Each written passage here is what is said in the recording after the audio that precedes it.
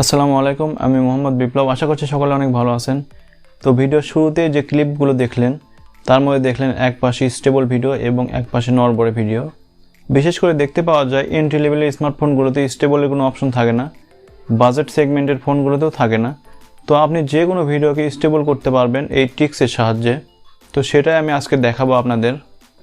বিশেষ করে যারা সিনেম্যাটিক বা ভ্লগিং ভিডিও তৈরি করেন তাদের জন্য এটা অনেক কার্যকর, কারণ ব্লগিং ভিডিও করতে হলে অবশ্যই গিম্বলের প্রয়োজন। গিম্বল ছাড়া এই ধরনের ভিডিও স্টেবল হয় না। তো এই ভিডিওটি দেখলে বুঝতে পারবেন কিভাবে একটা নড়বড়ে ভিডিওকে স্টেবল করতে পারবেন একদম গিম্বলের মতো।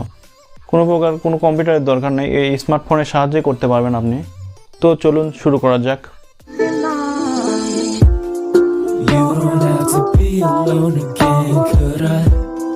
Take you by the hand and never grow what I tell you that.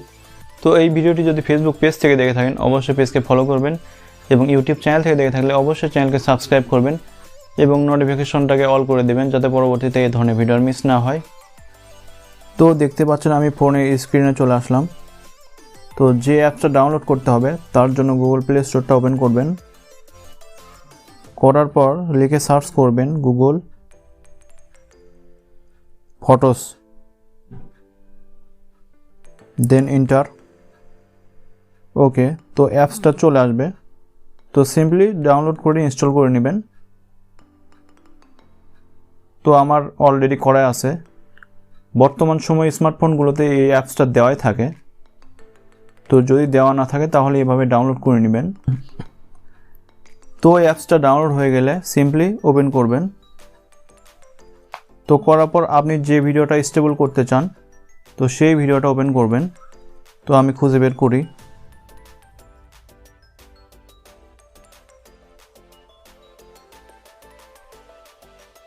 তো আমি এই ভিডিওটি স্টেবল করব।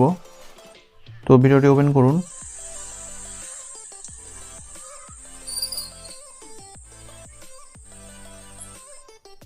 তো এবার দেখেন লেখা আছে নিচে এডিট। এই যে এডিটের ওপর একটা ক্লিক করবেন।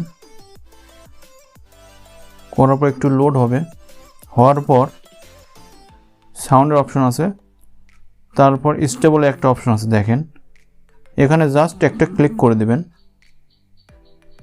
তো দেখতে পাচ্ছেন এখানে স্টেবিলাইজিং লেখা আছে। তো কাজটা হচ্ছে এখন, একটু ওয়েট করি।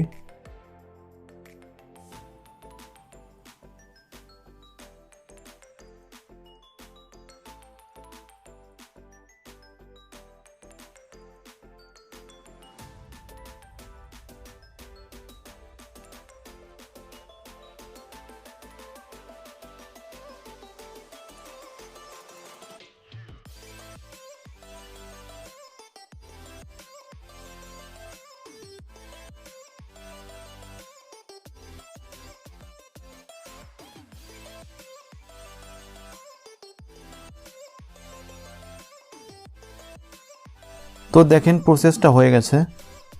তো দেন এখন যদি আমরা প্লে করি তাহলে স্টেবল ফুটেজটা দেখাবে। দেখেন